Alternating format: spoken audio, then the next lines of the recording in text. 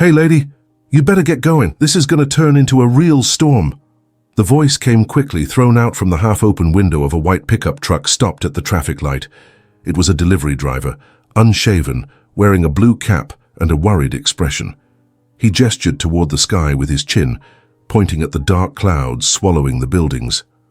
The light turned green, and he disappeared as quickly as he had appeared. Sarah, standing on the sidewalk with her hands in the pockets of her grimy denim jacket, looked up. The sky looked like it was about to collapse, a heavy, crushed gray, as if someone were squeezing the clouds until they burst. Thunder rumbled in the distance, muffled like a warning. The wind had changed direction and was blowing colder now, cutting through the gaps between the tall buildings in downtown Chicago. She knew it was time to pack up, but staying until late afternoon was part of her code. Even with low sales, even if no one else came by after 5, it was what she had, it was what she could do. She sighed and turned to her cart, a jumble of improvised wood, cardboard boxes reinforced with tape, a thin tarp tied down with strings of different colors, and an old umbrella fastened to one corner, trying to protect a tray of handmade sweets. There were brigadeiros, powdered milk balls rolled in coconut, and small pieces of peanut brittle wrapped in colorful cellophane. She pulled the tarp over the biggest box, securing it with a rubber strap as best she could, and murmured with her eyes closed, "Lord, just one more sale, just one more person, and I'll go. You know I'm not here out of stubbornness." It was a simple plea, no drama, no exaggeration, a prayer more born out of routine than conscious faith. But it was what kept her there day after day, the dignity of someone who chose to endure in silence. A few steps away, a group of people rushed across the street with grocery bags, urgency in their bodies, fear of the rain on their faces. One of them glanced at her and then looked away as if seeing something uncomfortable. Sarah was used to that kind of look. It wasn't contempt, it was discomfort. As if her presence reminded them that some things couldn't be fixed with a credit card or an Uber ride. She didn't blame them. Being there every day under that makeshift tarp made her almost invisible, and at the same time, increasingly part of the city's landscape. Like a crack in the sidewalk no one looks at directly, but everyone senses is there.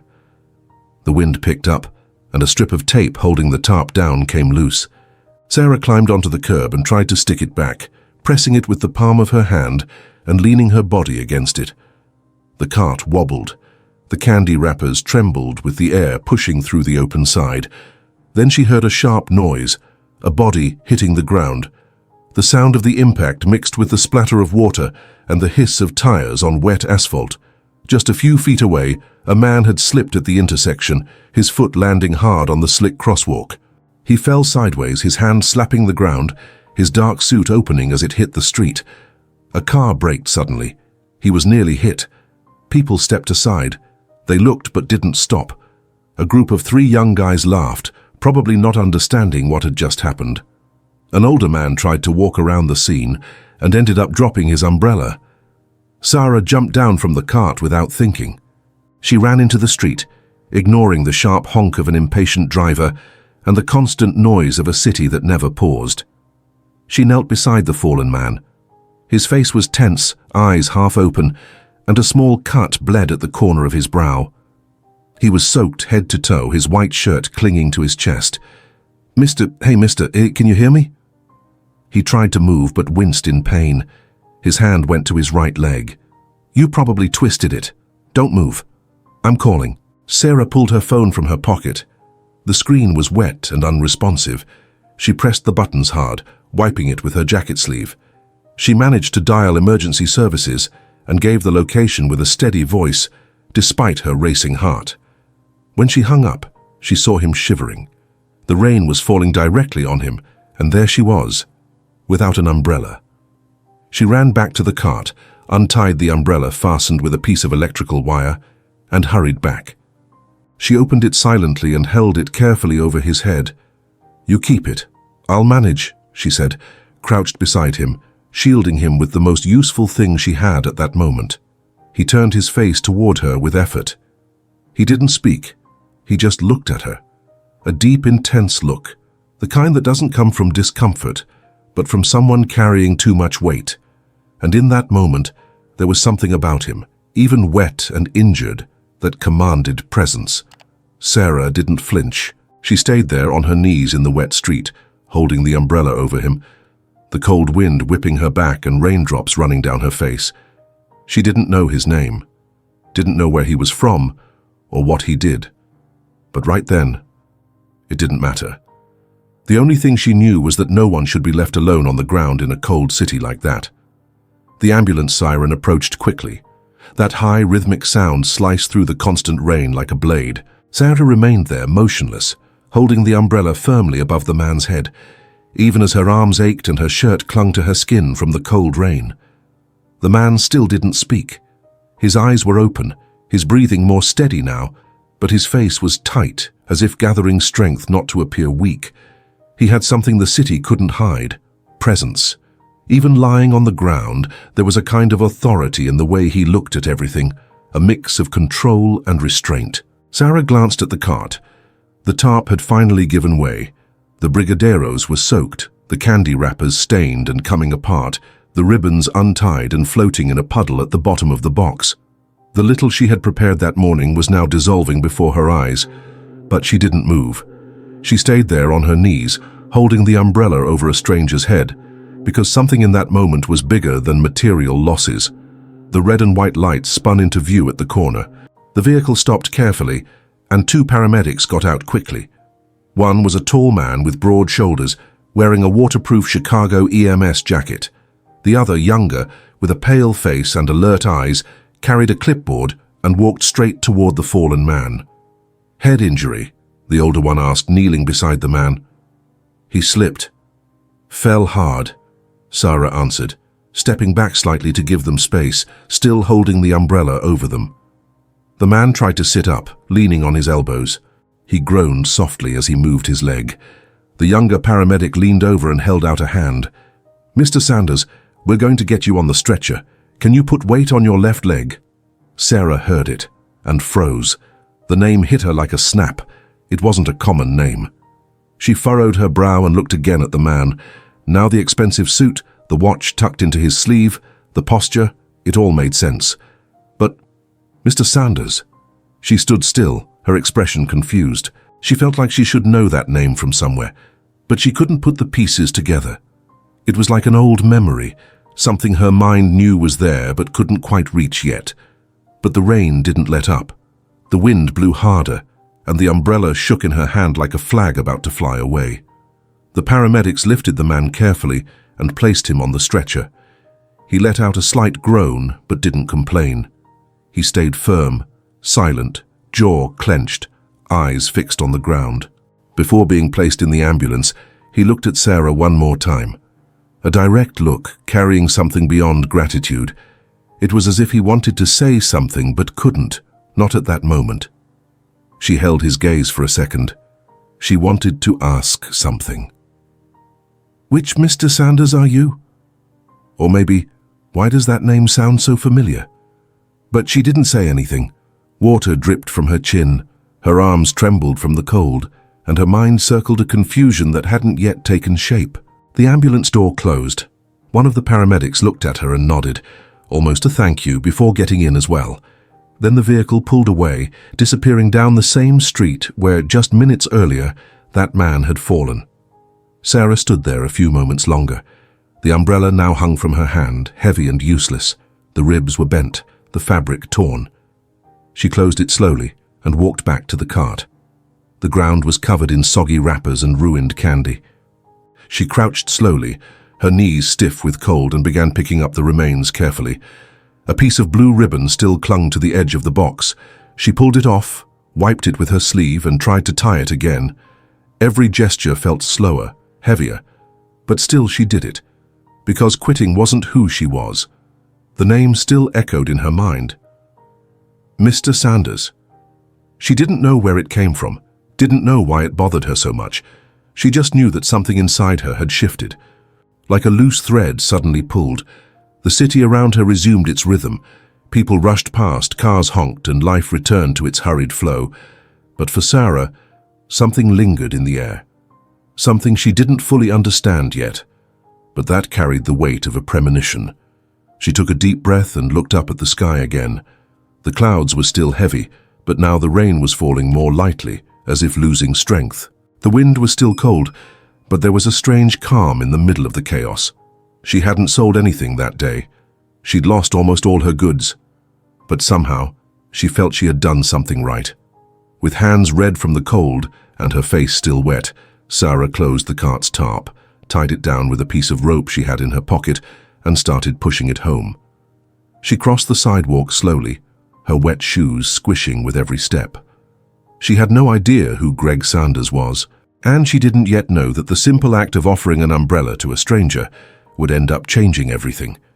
But deep down, without knowing why, she felt that this day would not end like the others, and somehow it didn't. Sarah arrived before the sun had fully risen. The streets were still wet from the early morning rain, and the air clung to the skin like plastic wrap. Downtown Chicago's concrete felt quieter at that hour. Only the sound of metal shutters rolling up on storefronts and the distant hum of the first buses broke the silence. The tarp over the cart was torn in 3 different spots. She worked patiently, pressing strips of electrical tape over the areas that flapped in the wind. The smell of wet plastic mixed with stale sugar stuck to her hands. Each strip of tape required a subtle effort to keep the cart from tipping over. One of the wheels had been sticking since last week. As always, Sarah didn't complain. She tied one end of the tarp to a makeshift metal bar, reinforced the corners with string, and arranged the sweets on a wooden tray. Brigadeiros, coconut candies, and a few banana chews wrapped in aluminum foil, everything she'd managed to make with what ingredients she had left at home. More rain was in the forecast, but she was there, as always. Suddenly, a deep engine sound approached. It wasn't a regular car. It was a black SUV with tinted windows, pulling up across the street with calculated smoothness. It sat there for a few seconds. Then the passenger door opened. The man who stepped out didn't look like he belonged on that sidewalk. Tall, upright posture, suit tailored perfectly to his frame, polished shoes, hair combed with precision. Nothing flashy, but every detail of his appearance said what he didn't need to say. This was a man who carried money, influence and power, not through words, but through presence. He looked around like someone who knew the city's rhythm well, yet was here searching for something he'd been missing for a long time. Greg Sanders crossed the street with firm steps. The wind played lightly with the fabric of his long coat, and the water reflecting off the asphalt made him seem even more out of place in that setting of improvisation and endurance. When he stopped in front of the cart, Sarah recognized him instantly. But it wasn't fear or surprise, it was discomfort. She wiped her hands on the sides of her jeans and stood straighter. "Hi," he said, with a restrained smile.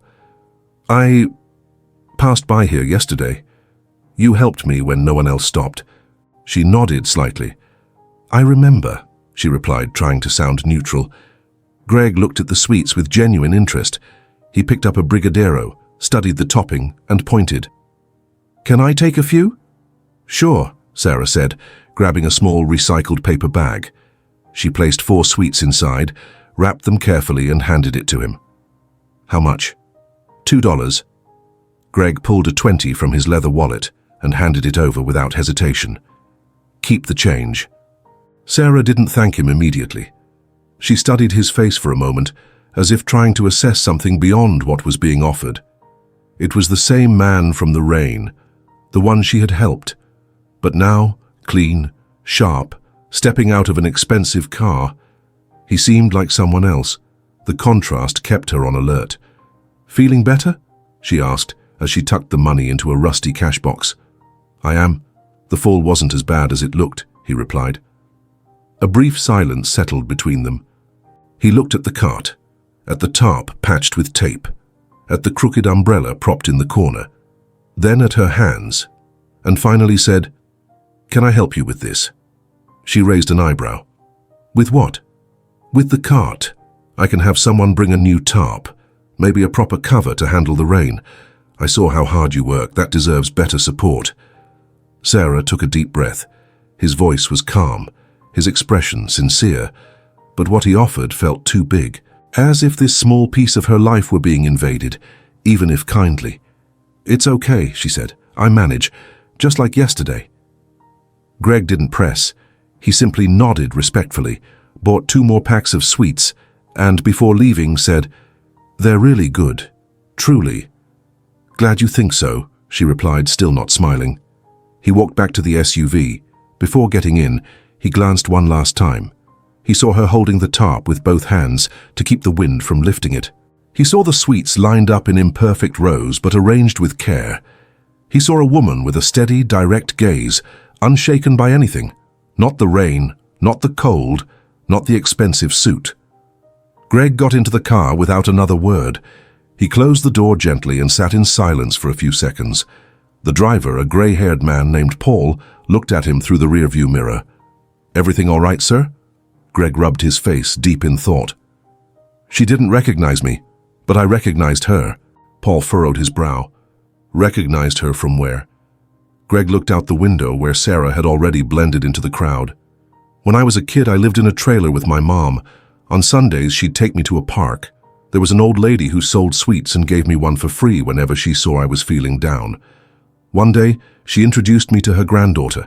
Tiny, hair tied up, bright eyes.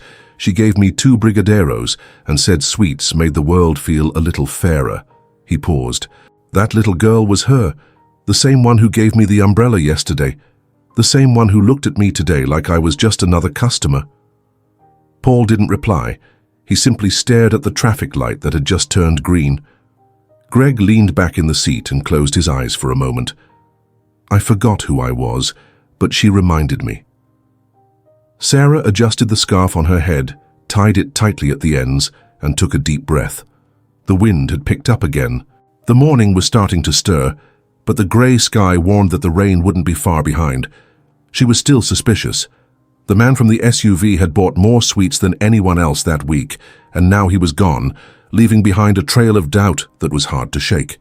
She tugged at the patched tarp a little tighter, checked the boxes, repositioned the cellophane bags with care. She tried to focus on the details of the cart, but his presence kept echoing in her mind, like a wave that wouldn't break. Why would he come back? Why would he care about a street vendor with a torn tarp and a bunch of handmade sweets no one wanted to buy on a rainy day? The car was long gone, but Sarah still felt the imprint of him lingering in the air. Hours later, as she packed her backpack to go home, she noticed something at the bottom of the craft paper bag he'd held. A white corner. Her card.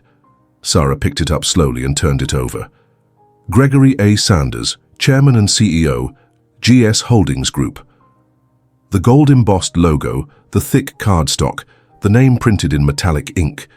It wasn't just any business card. It was a card worth far more than the $20 he had left in change. She read it once, twice, and felt her stomach twist. CEO, Greg Sanders. That explained the black SUV, the custom suit, the shoes that barely got wet on the street. Even so, she set up the cart and went.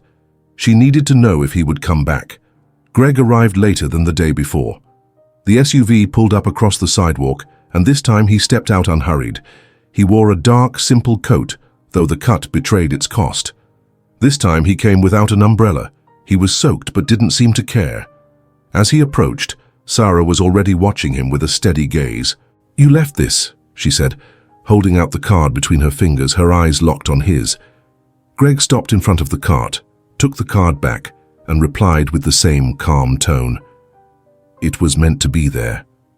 She crossed her arms, standing her ground. "So you're a CEO?" Greg nodded once. No arrogance, no smile. "Does that change anything?" Sarah studied him for a second. The only sound was the water running down the sidewalk. She thought before speaking, and when she did, it was in a low but clear voice. "Just tell me why you came back." He stepped a little closer, adjusted his coat, slipped the card into his pocket. "Because yesterday you saw me on the ground, and you didn't ask my name or what I did or try to take a photo. You just stayed there, and I realized it had been a long time since anyone treated me that way, like a person." She lowered her eyes for a moment, then met his again. "I don't do things expecting anything back." "I know," Greg said firmly. A heavy silence settled. He looked at the cart, at the sweets already wrapped, then pulled a small envelope from his pocket. He extended it to her with straight fingers, like someone offering something of value. "I want to make you a proposal, not charity, not a handout. I want to open a small store with your name, your sweets, your way. You'd be a partner. I'll provide the space, the setup. But what's served there is yours, just the way you want it." Sarah didn't respond. She just looked at the envelope for a long moment, then gently took it. She didn't open it, just held it. Greg took a deep breath. His face was serious, but there was something in his eyes. It wasn't expectation. It was respect. He wasn't there to persuade her. He was there because, for the first time in a long while, someone had reminded him of what truly mattered. "You don't have to answer now. Just think about it." He turned away, not waiting for approval. Walked back to the SUV, got in and drove off. Sarah stood there holding the envelope, light rain falling on her shoulders, the candy cart behind her, the card in her pocket, and a new question growing in her chest. This time not about him, but about what she wanted for her own life. The next morning broke humid, as if the city were holding its breath. It wasn't raining, but the sky carried the weight of water that hadn't yet fallen. Sarah woke before her alarm went off. The envelope still sat there, on the corner of the small kitchen table, next to a chipped mug she used to measure sugar in her recipes. She looked at it like it was a stone in the road. She hadn't opened it, not out of fear of what was inside, but out of respect. She wanted to be at peace with whatever decision she would make once she finally saw what it held. After brewing coffee and wiping down her sandals, Sarah tied her scarf over her hair, put on her worn-out jacket and headed out. Pulling the candy cart took more effort than usual. The wheels stuck, and one of the frame's handles had bent in the last windstorm. Still, she made her way to the same corner. Something about the crowd felt different. New people passed by. Two well-dressed men stopped and took photos of the cart. A woman asked if she did catering for events. Sarah responded with her usual courtesy, but she sensed that something was changing, and she didn't know if she was ready for it. Around 10 in the morning, the black SUV appeared again. It pulled up slowly, as if not wanting to interrupt anything. When Greg stepped out, he wasn't wearing a suit. He had on a dark blue button-up jeans and a simple watch. Still, his posture gave him away. The steady steps, the direct gaze, the restrained movements. Everything about him said he was a man used to being in charge, but now clearly ready to listen.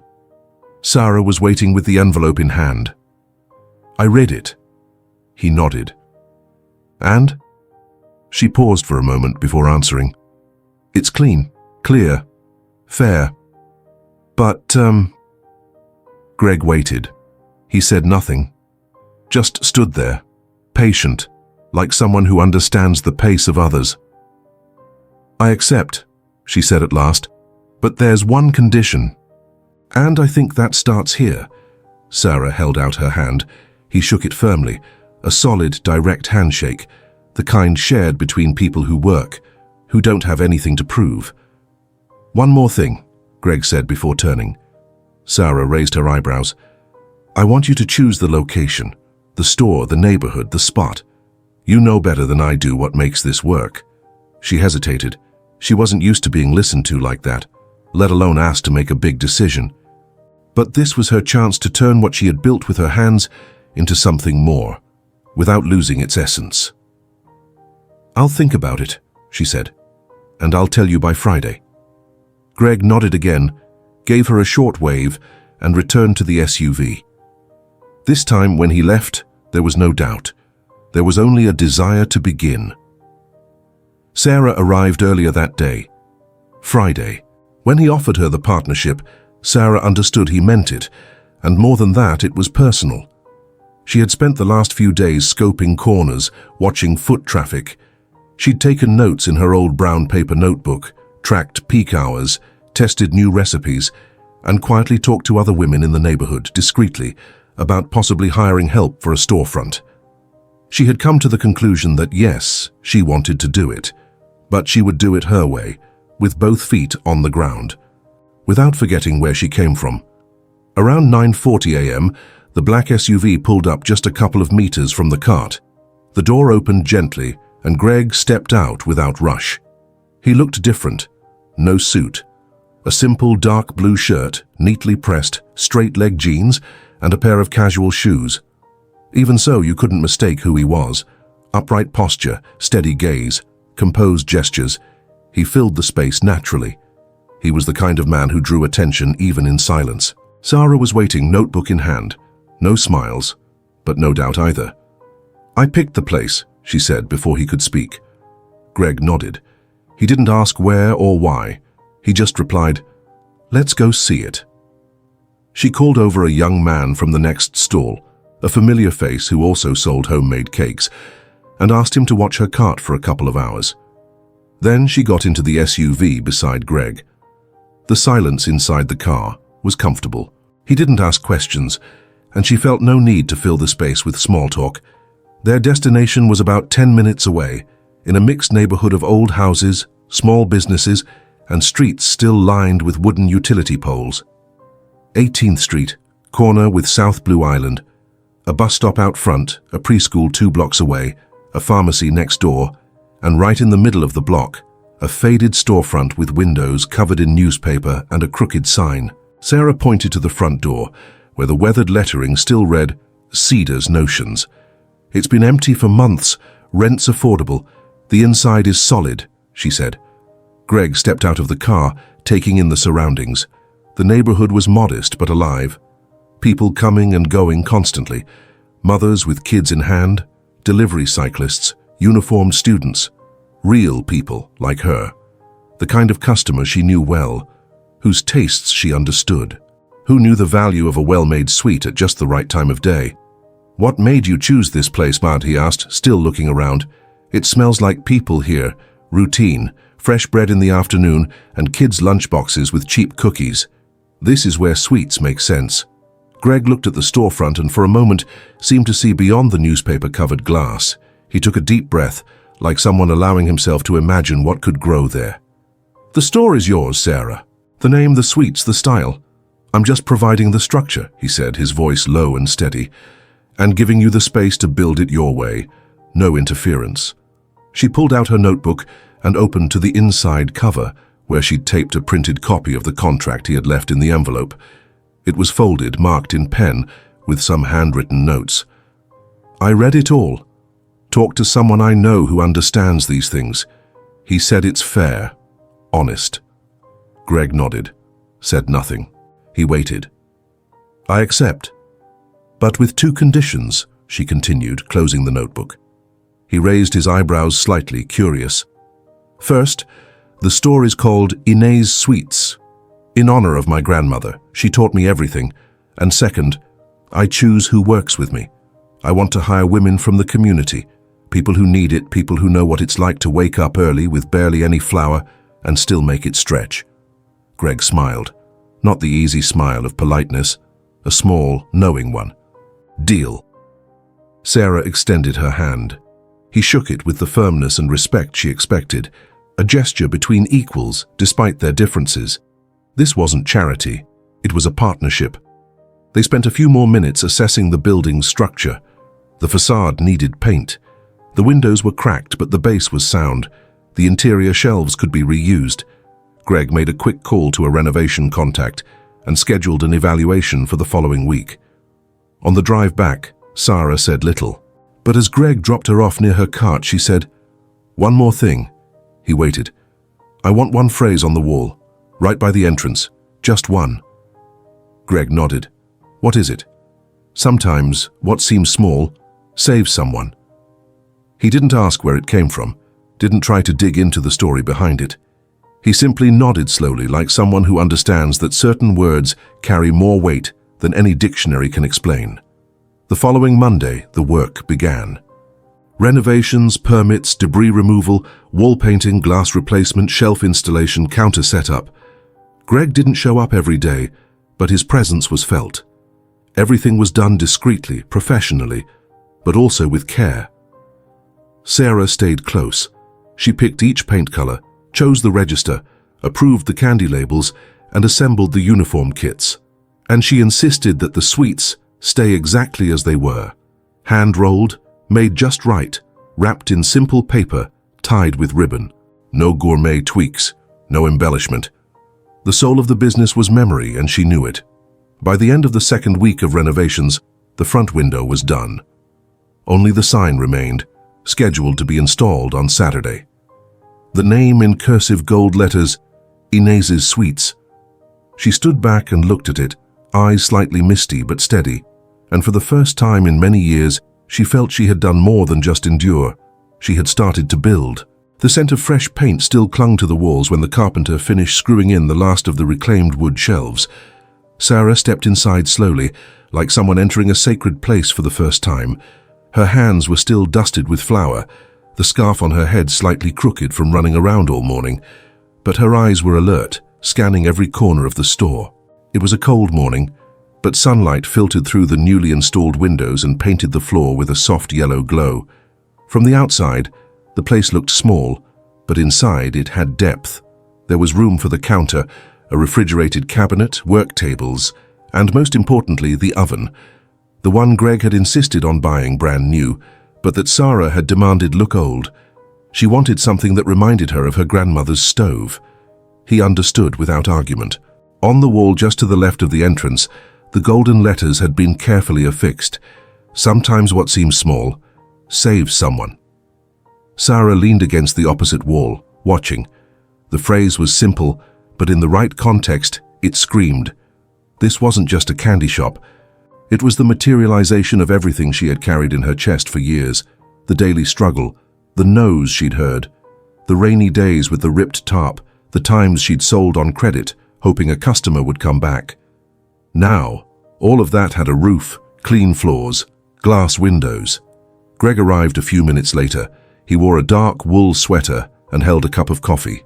He greeted the workers with short nods, exchanged a few words with the electrician finishing the central light fixture, and then walked over to Sarah without ceremony. "How's it coming together?" "My way," she said, offering a small smile. He looked around, noticing details others might miss. The counter height adjusted for someone standing all day, the layout of the candy trays optimized for customer flow, the small area in the back where a folding table would serve as a break space for employees. "Have you decided who's going to work with you?" "Two women from the next street over. One used to clean at a restaurant but got let go last year. The other sells jewelry in front of her daughter's school. They both know how to cook, and they know life better than most."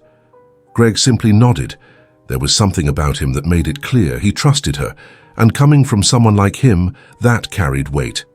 "And you?" Sarah asked, wiping dust from the counter.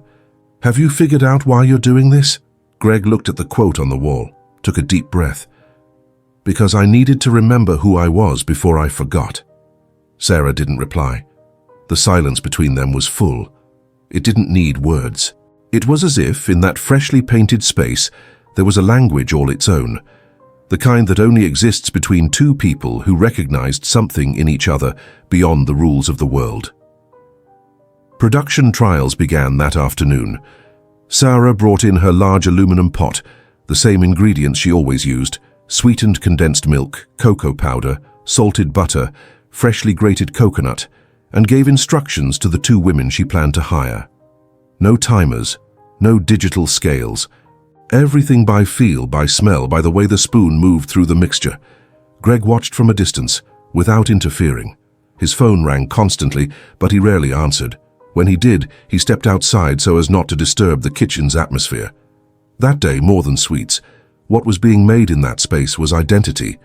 The store began to take on a scent Greg recognized but couldn't quite name, the same one he'd catch when walking past the candy stand at the park as a kid, when he still lived in a trailer, when he still believed sweetness was just about food and not the way someone could look at you without rushing. Later in the afternoon, Sarah took the first batch of warm coconut candies, placed them on a tray lined with parchment, and held it out to Greg. "Try one." He took one, bit into it slowly, chewed in silence, eyes fixed on the floor. Then he looked up. "This is it." Sarah shrugged. "I never stopped being." The neighborhood seemed to sense the change before the shop even opened. Neighbors began drifting over, curious. Children stopped at the door, pressing their eyes against the glass to see inside. The woman from the pharmacy next door brought over a small succulent and left it quietly on the counter. The market owner crossed the street to offer store credit for initial supplies. Sarah hadn't asked for help, but help came, because this place was no longer invisible. At exactly 10 o'clock, she unlocked the front door. The two women she'd hired stood beside her, wearing aprons embroidered by a neighbor at the last minute. Greg arrived 10 minutes later, carrying a large chocolate cake wrapped in thick cellophane. "It's not from the shop. I bought it from a lady on the next corner. Said she's been making cakes for 20 years, but never had a place to sell them." Sarah gave him a small smile. Now she does. The first customer was a little girl around 8 years old. Simple clothes, a backpack nearly as big as her body, her hair braided with colorful ribbons. She walked in with her mother, holding her hand tightly, and pointed straight at the brigadeiros. "Can I pick two?" Sarah crouched down slowly, getting to the girl's eye level. "You can, but only if you tell me which one is the prettiest." The girl pointed at the coconut one, the smallest in the row, its topping uneven and ribbon slightly loose. Sarah picked it up gently and placed it in a bag, along with a second brigadeiro, as a gift. The mother tried to pay in coins, but Greg, standing near the entrance, simply nodded as if to say, "Let it be." The woman smiled silently and left with her daughter in hand. The little girl looked back and waved the little bag in the air. Sarah returned to the counter. A line was already forming. Some came out of curiosity, others chasing a memory. A few returned after lunch for more. The store could barely keep up. The shelves filled and emptied. The oven didn't get a break. By the end of the day, Sarah sat in the back room, a dish towel slung over her shoulder and a half-full glass of lemon water in hand. Her hands were red from the heat, her feet throbbed, but the smile was there, subtle, the kind of smile that knew everything had hurt to get here, but it was worth it. Greg entered through the back door quietly. He sat in the chair beside her, said nothing for a while, just sat, then finally spoke. "Did you see what you did?" Sarah took another sip and answered, without looking at him. "I just sold sweets, Greg." He shook his head, smiling, but didn't push. He knew she needed to say that, and that deep down they both knew it was more. On the wall at the entrance, the quote Sarah had chosen for the store seemed to come alive. "Sometimes, what seems small saves someone." It wasn't a slogan. It was a memory, a truth. That night, after the lights were off and the store was closed, Greg walked to the spot where weeks earlier he had slipped and fallen in the rain. He looked at the sidewalk. It looked the same. But now he knew it never would be again, not because of the fall, but because of who had helped him up. In the weeks that followed, business at the shop grew more than Sarah had ever imagined. In the mornings, mothers with toddlers on their hips stopped by for coconut candies to keep the little ones calm at the bus stop. In the afternoons, teenagers in school uniforms lined up outside the window for freshly rolled brigadeiros. In the evenings, neighbors from other blocks came just to sit on the doorstep, eating cocada like it was Sunday dessert. Inez's Sweets wasn't just a shop anymore, it was a meeting point, a refuge for anyone who needed 5 quiet minutes in the middle of a hard day. A place where the taste of memory made people forget about overdue bills, exhaustion, or whatever else was weighing on them. Sarah ran everything with a steady hand. Every sweet came out just like she used to make at the cart, same proportions, same touch. When someone complimented the flavor, saying it tasted like childhood, she just nodded in thanks, no need to explain. The two employees, Eliane and Rosanna, fit in like they'd always worked together. They split the tasks naturally without competition, and Sarah made sure to teach them everything from scratch. More than co-workers, they were part of the process. When one of them didn't get the recipe right, she didn't criticize, she showed them again and again, until they nailed it. Eliane, who had never had a formal job, cried the day she signed her contract. Rosanna, who used to sell costume jewelry and do laundry on the side, started saving to buy school supplies for her son. Small victories, quiet but massive. Greg stopped by almost every afternoon. Never for long. He'd come in, buy a sweet, ask if everything was okay and observe. But he never interfered. Sometimes he brought a bottle of coffee to leave on the counter. Other times he'd bring someone from the administrative team to see the project, always discreetly. One day he arrived with a tall woman in a beige dress and a leather briefcase. He said little, just introduced her as Mariana, head of social impact at the holding company. She wanted to understand how a small shop in a modest neighborhood was already drawing so much attention. Sarah explained in her own way. No buzzwords, no complicated phrases. It's just like it was with my grandma, only now it has a roof, 4 walls, and receipts. But what matters hasn't changed. Mariana took some notes, snapped a few photos of the sweets, and thanked Sarah politely. Before leaving, she asked if she could mention the shop in a company article about micro-initiatives. "You can," Sarah said, "but don't put my name, just the shops. The sweets are the ones that need the spotlight, not me." Greg heard the exchange from across the room while pretending to check his phone. Later, when they were alone, he walked over to the counter and said, "You know this has become more than just a shop, right?" Sarah was wiping a tray with a damp cloth. She didn't even look up. "It's still a shop, still a job, only now there's people with it.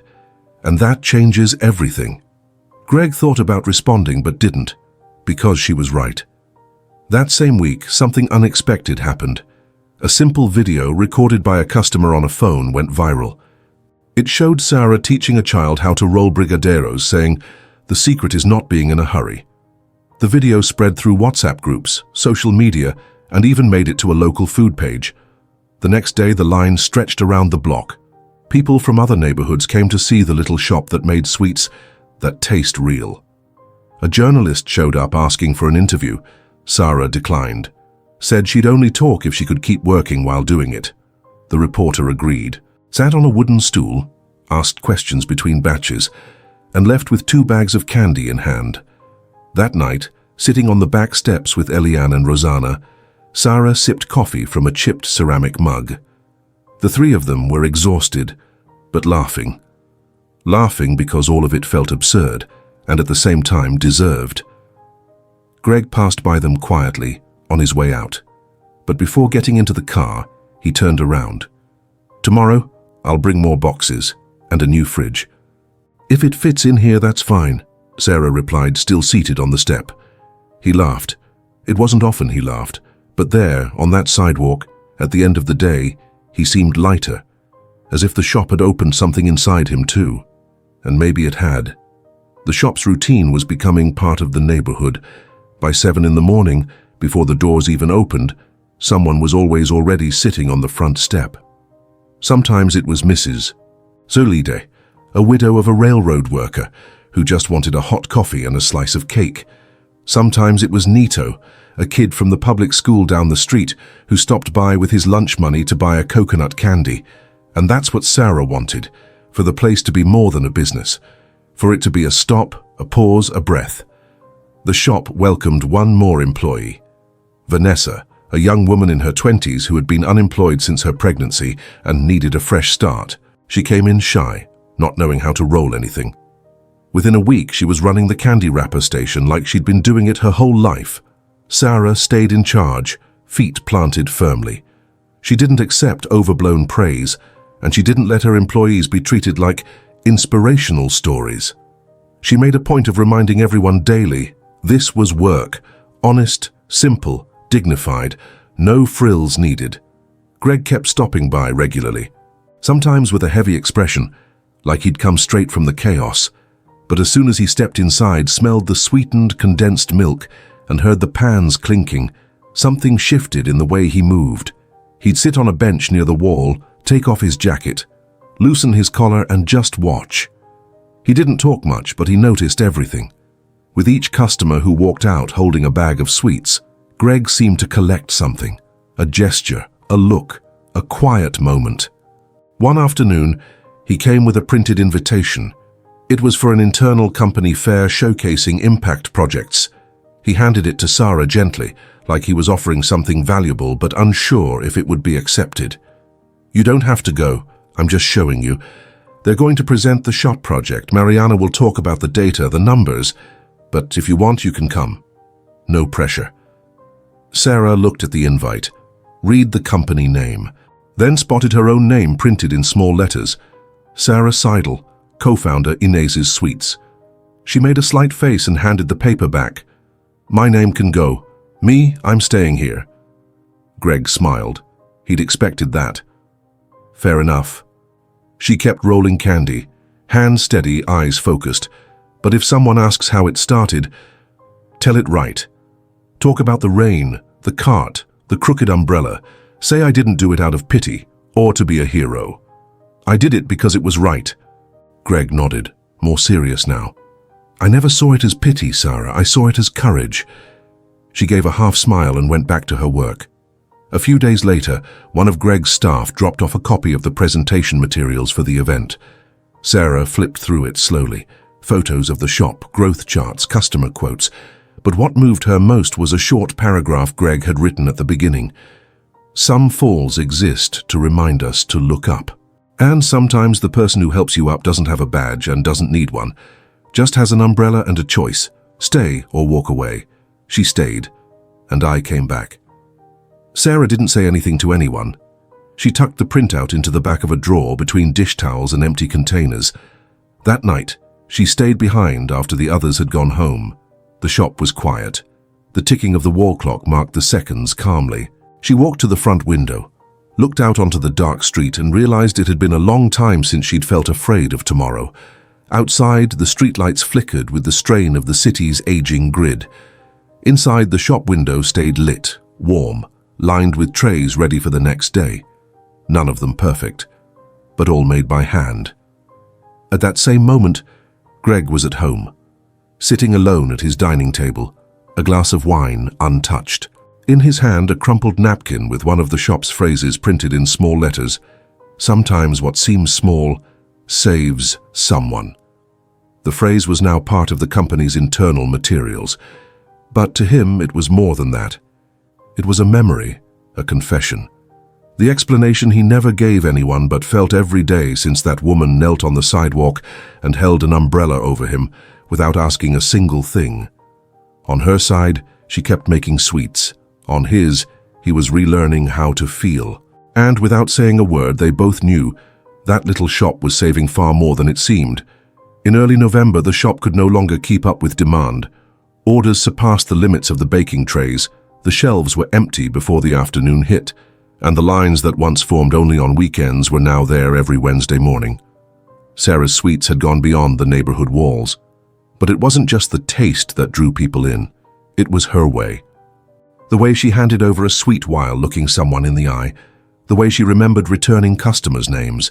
The way she slipped in an extra candy when she saw sadness disguised on someone's face.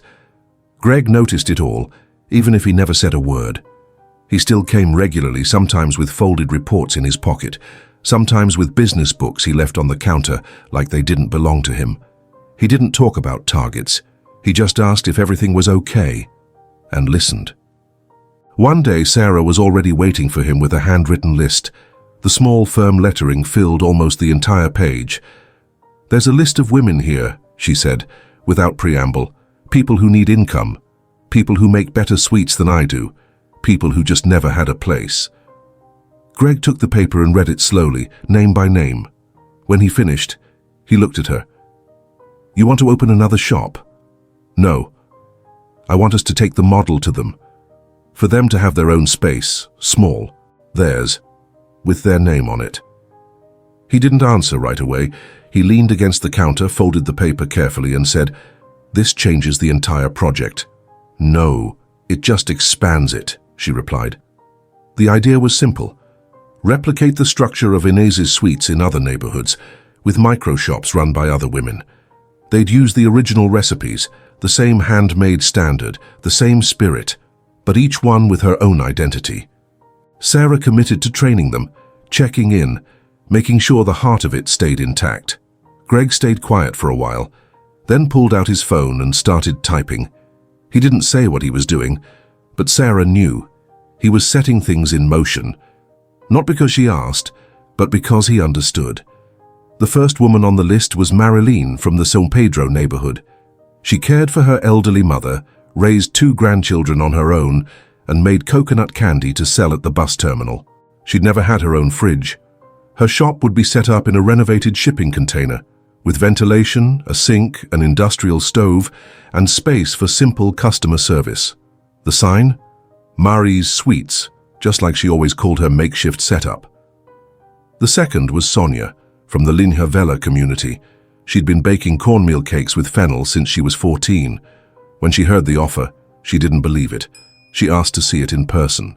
She went to Sarah's shop, sat with her in the back kitchen and cried when she tasted the Brigadeiro. Said it tasted just like her mother's. Greg covered the setup costs, the legal paperwork, the contracts, with clear, fair clauses.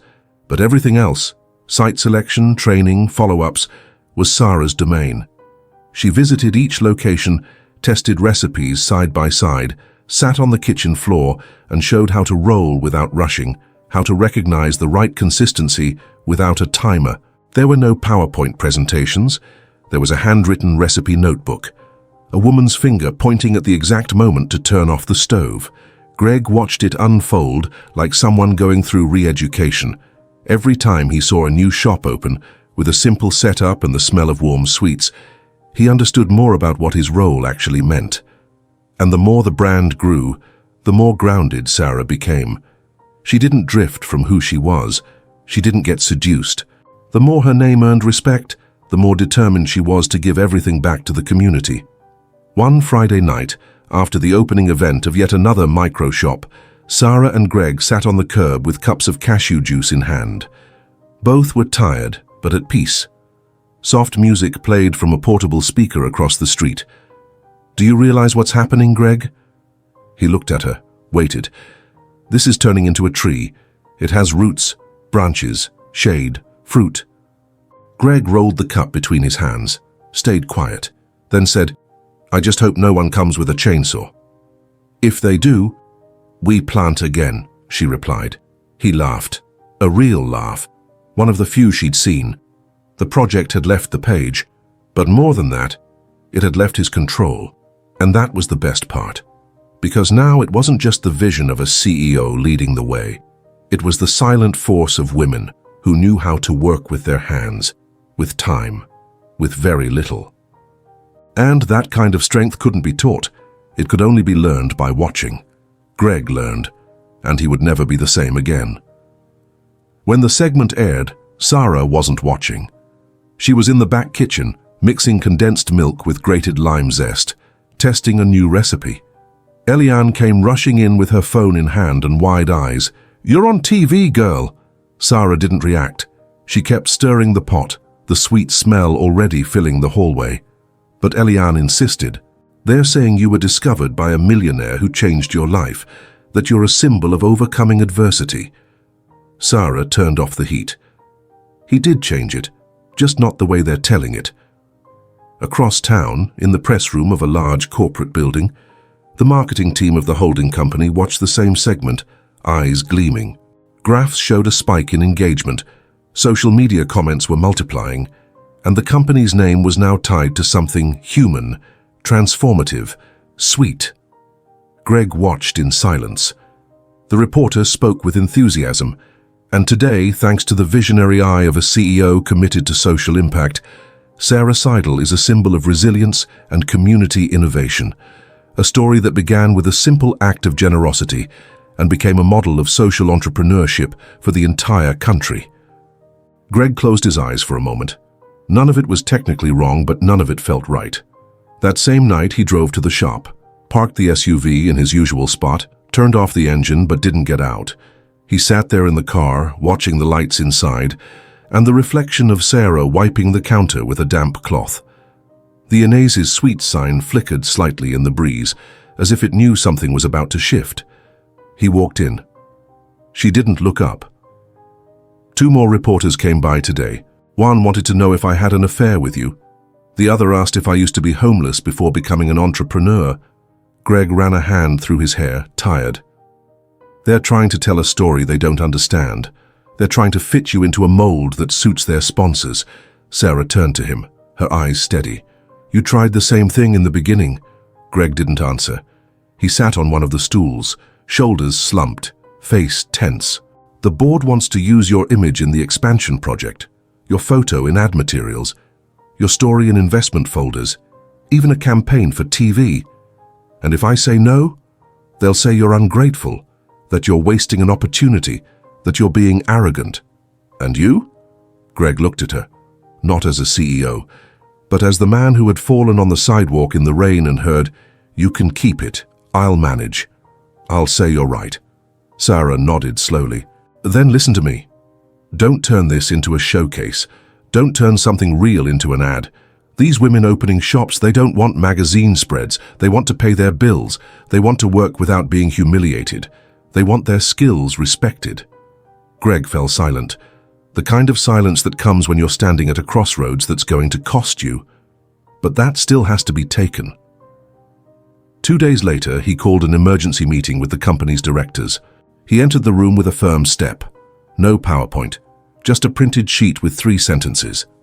He laid it on the table and said, "This company will continue investing in the micro shop project, but under a new policy, no use of the entrepreneur's images without personal consent. No turning stories into ad campaigns, no aesthetic or narrative interference, and no monetizing content that arises organically." The room went cold. One director spoke up immediately. "That's going to cost us millions in organic visibility, Greg. We might lose millions, but what we gain is more valuable, credibility." Another executive fired back. "But you're the one who started this investment." Greg nodded. "I did.